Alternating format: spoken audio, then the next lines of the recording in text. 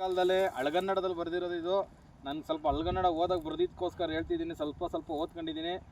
45ರಿಂದ 50 ವರ್ಷದ ಹಿಂದೆ ಈ ಜಾಗನ ಕೆಂಪಮ್ಮ ಸಿದ್ಲಿಂಗಯ್ಯ ಅನ್ನೋ ವ್ಯಕ್ತಿಗೆ 1,500 ರೂಪಾಯಿಗೆ ಕ್ರಯದ ಅಗ್ರಿಮೆಂಟ್ ಆಗಿನ ಪೇಪರ್ ಇದೇನೆ.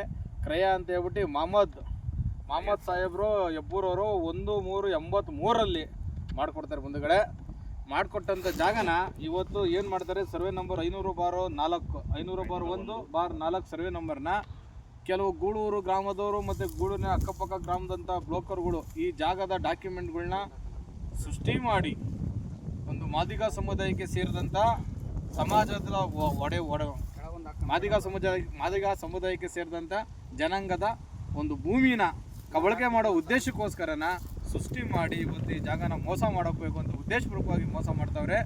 ಹಾಗಾಗಿ ನಮ್ಮ ಹೋರಾಟ, ಈ ಜಾಗ ಯಾರು ಸೃಷ್ಟಿ ಮಾಡಿ ಕ್ರಯವಾಗಿ ತಾಂಡವನೋ ಅವನ ವಿರುದ್ಧ ನಮ್ಮ ಹೋರಾಟ, ಇದು ಸೃಷ್ಟಿ ಮಾಡಿಕೊಟ್ಟಂಥ ಅಧಿಕಾರಿಗಳ ವಿರುದ್ಧ ನಮ್ಮ ಹೋರಾಟ. ಹಾಗಾಗಿ ನಮ್ಮ ಪ್ರಾಣ ಬಿಟ್ಟವು, ಭೂಮಿ ಅಂತೂ ಬಿಡಲ್ಲ. ಇದು ಶಾಶ್ವತವಾಗಿ ದಲಿತರಿಗೆ ಸೇರಬೇಕಾಯ್ತಂಥ ಜಾಗ, ದಲಿತರಿಗೆ ಸೇರಲಿ ಅನ್ನೋ ಉದ್ದೇಶಕ್ಕೋಸ್ಕರ ನಾವು ಇವತ್ತು ಇಲ್ಲಿ ಗುಡ್ಲುನ ಒಂದು ಮನೆ ನಿರ್ಮಾಣ ಮಾಡ್ಕೊಂತ ಇದ್ದೀವಿ, ವಾಸ ಮಾಡೋ ಒಂದು ಗುಡ್ಲನ್ನ. ಈ ಗುಡ್ಲನ್ನ ಉದ್ದೇಶಪೂರ್ವಕವಾಗಿ ಯಾರನ್ನ ಕಿತ್ತಾಕಕ್ಕೆ ಬಂದರೆ ಅವ್ರಿಗೆ ನ್ಯಾರ ಹೊಣೆಗಾರರು ಅವರೇ ಆಗಿರ್ತಾರೆ. ಹಾಗಾಗಿ ನಾನು ಜಿಲ್ಲಾಡಳಿತಕ್ಕೂ ಮತ್ತು ತಾಲೂಕಾಡಳಿತಕ್ಕೂ ಒಂದು ಎಚ್ಚೆತ್ತ ಗಂಟೆ ಕೊಡ್ತಾ ಇದ್ದೀನಿ. ಯಾಕೆ ಮಾತು ಹೇಳ್ತಿದ್ದೀನಿ ಅಂದರೆ, ಗೂಳೂರಲ್ಲಿ ಸರ್ವೆ ನಂಬರ್ 501ರಿಂದ ಹಿಡಿದು ಸರ್ವೆ ನಂಬರ್ 588 ತನಕ ಡಾಕ್ಯುಮೆಂಟ್ಗಳನ್ನ ಸೃಷ್ಟಿ ಮಾಡಿ ಬಂಡವಾಳಿ ಶಾಲೆಗಳಿಗೆ ಮಾರ್ಯವ್ರೆ.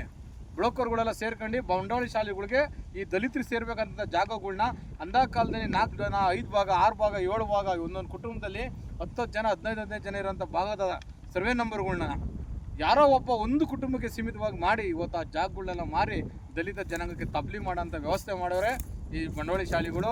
ಮತ್ತು ಇಲ್ಲಿ ನಮ್ಮ ಕೆಲಸ ಮಾಡೋಂಥ ಗೂಳೂರು ಗ್ರಾಮದ ಸೇರ್ಕೊಂಡು ಮೋಸ ಮಾಡ್ತಿರೋಂಥ ಬ್ರೋಕರ್ಗಳು. ಬಂಧುಗಳೇ, ಏನು ನಾನು ಹೇಳೋಕ್ಕೆ ಬಯಸ್ತಾ ಇದ್ದೀನಿ ಅಂದರೆ, ದಲಿತರಿಗೆ ಕಳ್ಕೊಂಡಿರೋ ಭೂಮಿನ ಮತ್ತೆ ದಲಿತರಿಗೆ ಸಿಗೋಂಥ ಒಂದು ವ್ಯವಸ್ಥೆ ಆಗಬೇಕು ಅಂತೇಳಿ ನಾನು ಸರ್ಕಾರಕ್ಕೆ ಮನವಿ ಮಾಡ್ಕೊತಾ ಇದ್ದೀನಿ.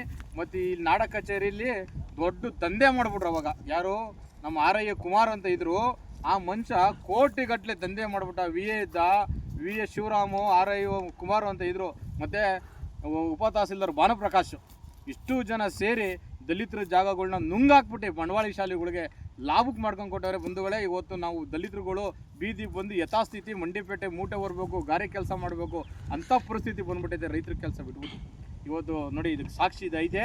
ಹಾಗಾಗಿ ಇದನ್ನು ಮೋಸ ಮಾಡಿದಂಥ ವ್ಯಕ್ತಿಗಳ ವಿರುದ್ಧ ನಮ್ಮ ಹೋರಾಟ ನಿಲ್ಲಲ್ಲ. ಅವರುಗಳ ವಿರುದ್ಧ ಕಾನೂನು ರೀತಿ ಕ್ರಮ ಜರುಗಿಸ್ಬೇಕು, ಅವರುಗಳ ವಿರುದ್ಧ ಕಠಿಣ ಕ್ರಮ ಜರುಗಿಸ್ತಾರೆ ಅಂತ ಹೇಳ್ಬಿಟ್ಟು ನಾನು ವಿನಂತಿಸ್ಕೊತಾ ಇದ್ದೀನಿ ಮಾನ್ಯ ಜಿಲ್ಲಾಧಿಕಾರಿಗಳಿಗೆ. ಜೈ ಭೀಮ್.